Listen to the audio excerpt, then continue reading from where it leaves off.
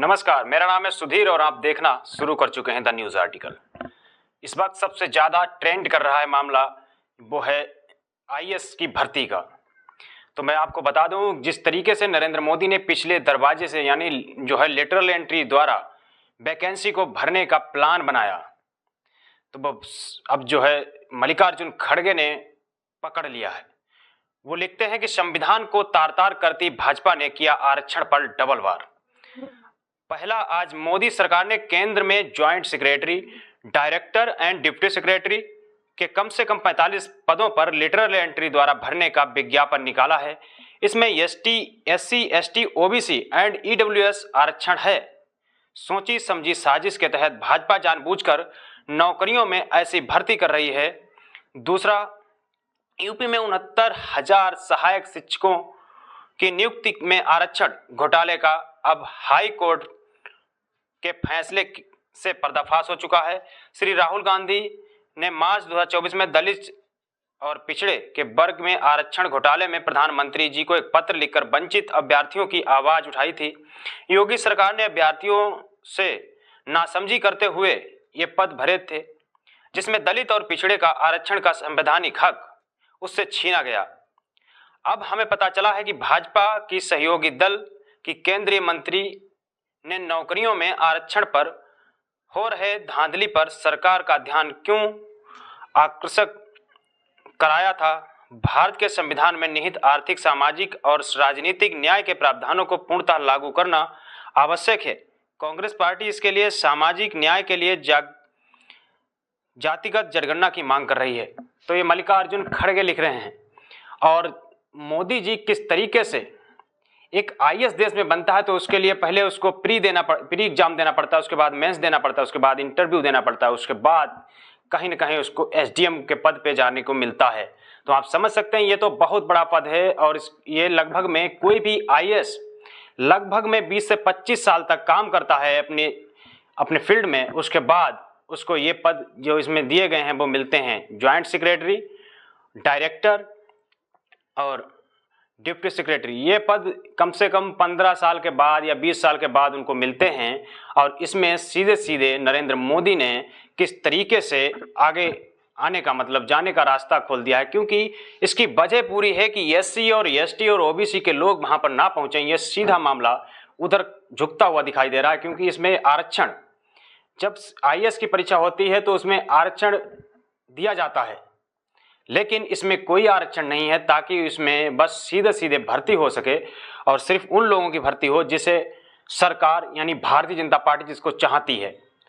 ये मामला पूरा यहीं नहीं रुका। इस पर बीएसपी सुप्रीमो मायावती ने भी ट्वीट किया है और लक्ष्मण यादव ने एक ट्वीट किया है। केंद्र सरकार लेटरल एंट्री के विभिन्न मंत्रालयों में संयुक्त सचिव, निदेशक, उप सचिव के पदों पर पूर्व 2017 से 23 के मध्य लगभग 52 लोगों को बिना आरक्षित तबके नियुक्ति दी गई थी और पुनः 45 पदों पर भर्ती के लिए विज्ञापन आया है। इसमें कितने एससी और एसटी, ओबीसी की नियुक्ति होगी, तो आप समझ सकते हैं। लोग लगातार सोशल मीडिया पर लिख रहे हैं और ये अनलीगल तरीके से भर्ती की जा रही है। वहीं जो है चंद्रशेखर ने एक बहुत बड़ा ट्वीट किया। चंद्रशेखर लिखते हैं कि परम पूज्य बाबा साहब डॉक्टर भीमराव अंबेडकर जी की प्रतिमा के सामने सर झुकाकर संविधान को माथे पर लगाने वाले प्रधानमंत्री मोदी और उनकी सरकार उसी संविधान की किस कदर हत्या करने पर तुली है। लेटरल एंट्री द्वारा नोटिफिकेशन इसका जीता जागता उदाहरण है। केंद्र सरकार द्वारा अपनी विचारधारा के 45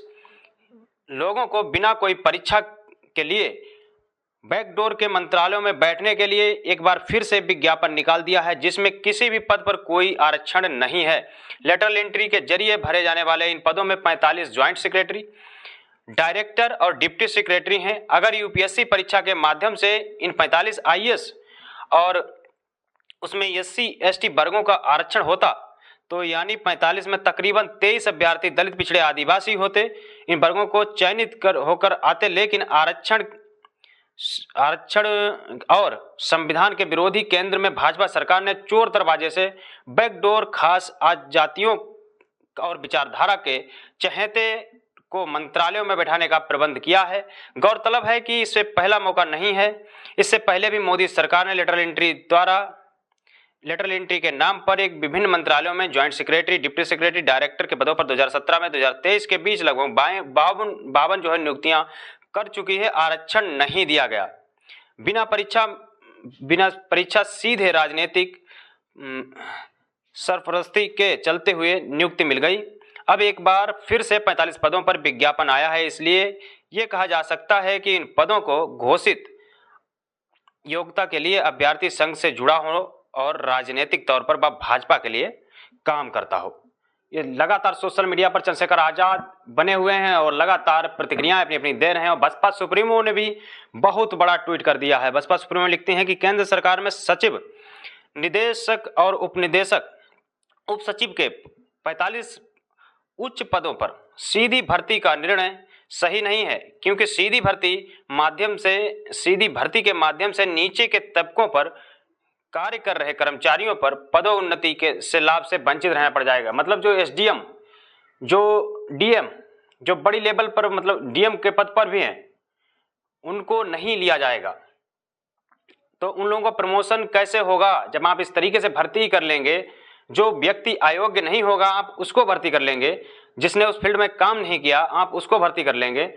तो किस तरीके से आप समझ सकते हैं कि जो डीएम एसडीएम बन चुके हैं उनका जो प्रमोशन, जो मतलब वहां पर जिनको पहुंचना चाहिए वो लोग कैसे पहुंच पाएंगे? तो आप समझ सकते हैं ये सिर्फ आरक्षण को दरकिनार करने का एक रास्ता है, सरकार बना रही है।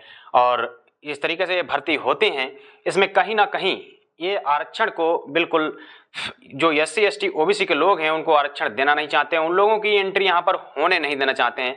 बस यही इनकी मंशा है, ताकि दलित, पिछड़े, आदिवासी अच्छी पोस्टों पर ना पहुंचें। और डीएम एसडीएम जो निचले तबके से मतलब जो काम कर रहे हैं, जो जमीनी स्तर से काम कर रहे हैं, क्या उनको अनुभव नहीं है उस चीज का? आप उनका प्रमोशन क्यों नहीं करते? जिस तरीके से लेटरल एंट्री द्वारा मतलब ये किया जा रहा है, बिल्कुल असंवैधानिक तरीके से जो है किया जा रहा है। उस पर बसपा सुप्रीमो आगे लिखती हैं, इसके साथ ही इनका सरकारी नियुक्तियों में एससी एसटी ओबीसी के वर्गों को उनके कोटे के अनुपात में अगर नियुक्ति नहीं दी जाती है तो ये संविधान का सीधा उल्लंघन होगा। तो बसपा सुप्रीमो सख्त जो है नजर बनाए हुए हैं और लगातार अपनी प्रतिक्रिया दे रही हैं। और इन पदों पर नियुक्तियों के बिना किसी नियम के बनाए हुए भरना या बीजेपी की मनमानी होगी और जो गैर कानूनी व असंवैधानिक होगा। तो लगातार प्रतिक्रियाएं जो है आ रही हैं, बड़े बड़े नेताओं की प्रतिक्रियाएं आ रही हैं, क्योंकि ये असंवैधानिक तरीके से ये भर्तियां की जा रही हैं, पिछले दरवाजे से भर्तियां की जा रही हैं। और आप समझते हैं कि आरक्षण सुरक्षित है और इस देश के माइलॉर्ड को ये दिखाई नहीं देता, जो एससी और एसटी के वर्गीकरण की बात करते हैं उनको ये दिखाई नहीं दिया जाता है कि किस तरीके से ये भर्तियां की जा रही हैं। इस पर कोई संज्ञान, कोई जज, कोई अपना जजमेंट देने को तैयार नहीं है।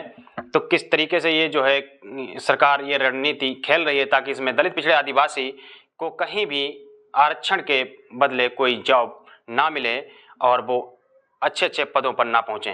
यही सरकार की मंशा है। बाकी आप लोग इस वीडियो पर क्या सोचते हैं अपनी प्रतिक्रिया कमेंट बॉक्स में दे सकते हैं। द न्यूज़ आर्टिकल को आप लोग सब्सक्राइब नहीं किया है तो हमारे चैनल को सब्सक्राइब जरूर कर लें और बेल आइकन भी दबा दें। वीडियो को ज़्यादा से ज़्यादा शेयर करें। धन्यवाद।